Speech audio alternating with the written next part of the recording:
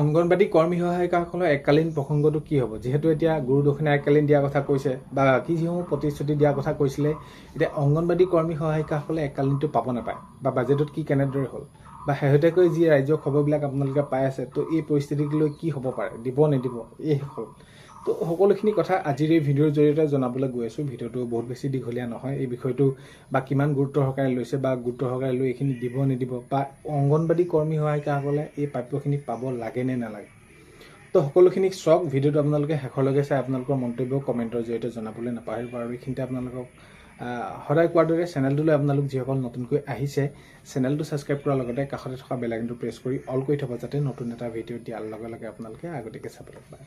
যদি ভিডিঅ'টো চাই ভাল পায়, লাইক এটা কৰি দিব আৰু শ্বেয়াৰ কৰি দিব বুলি আশা কৰিলোঁ। প্ৰথমটো আমি যদি এই বিষয়খিনি চাওঁ, তেনেহ'লে অংগনবাদী কৰ্মী সহায়িকাসকলে এককালীন বিষয়ৰ ওপৰত এইখিনি তেওঁলোকে বাজেটত ধৰিলে নে নাই ধৰা নে বা এইখিনি কি হ'ল।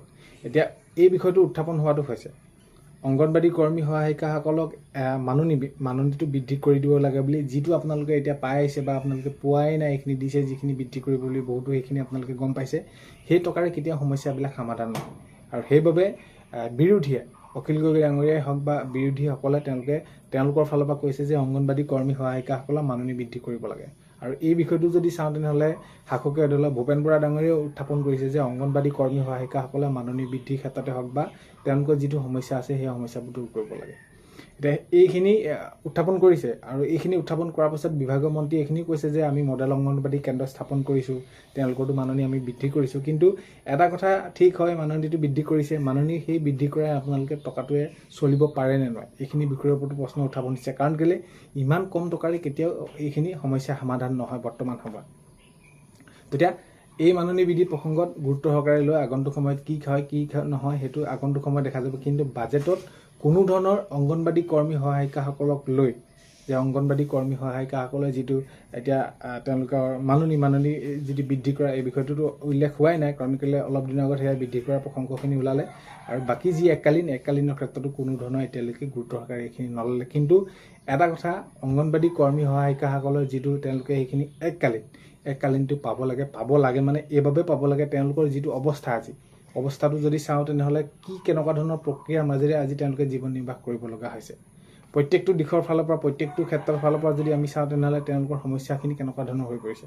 তো এই বিষয়খিনি সাঙুৰি আটাইতকৈ এই অংগনবাদী কৰ্মী সহায়িকা, কাৰণ কেলৈ কোনোবা অৱসৰ গ্ৰহণ কৰিব, অংগনবাদী কোনোবা কৰ্মী সহায়িকাসকলৰ কি পৰ্যায় হ'ব তেওঁলোকৰ, এইখিনি চিন্তা চৰ্চা কৰি অতি সোনকালে এই বিষয়টো আচলতে কি কৰিব লাগে, একেবাৰে নিশেষ কৰি দিব লাগে, নাইকিয়া কৰিব লাগে। অংগনবাদী কৰ্মী সহায়িকাসকলৰ সমস্যাবিলাক সমাধান কৰিব লাগে, দূৰ কৰিব লাগে।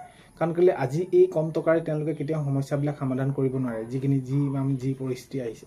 তো এই বিষয়খিনি গভীৰভাৱে চিন্তা কৰি আগন্তুক সময়ত অতি সোনকালে এইখিনি কাৰ্যকৰী কৰিব লাগে। কাৰণ কেলৈ এই বিষয়টো যদি অতি সোনকালে সমাধান নকৰে, তেনেহ'লে সেয়াই আগন্তুক সময়ত বহুত বেছি কষ্টৰ মাজেৰে অংগনবাদী কৰ্মী সহায়িকাসকলে দিন পাৰ কৰিব লাগিব। তেওঁলোকৰ অৱস্থাটো চালে একেবাৰে মানে কি ক'ম, যিটো অৱস্থা পানীত হাঁহ নচৰাৰ দৰে হৈ পৰিছে। তো আগন্তুক সময়ত দেখা যাওক কেনেদৰে গুৰুত্ব সহকাৰে লয়, সেইটো এটা লক্ষণীয় বিষয় হ'ব। তো সেইখিনি আগন্তুক সময়তহে গম পোৱা যাব। ভিডিঅ'টো শেষলৈকে চোৱাৰ বাবে ধন্যবাদ। আজিলৈ অন্য এটা ভিডিঅ' এটা পোৱাৰ কাৰণে বাই।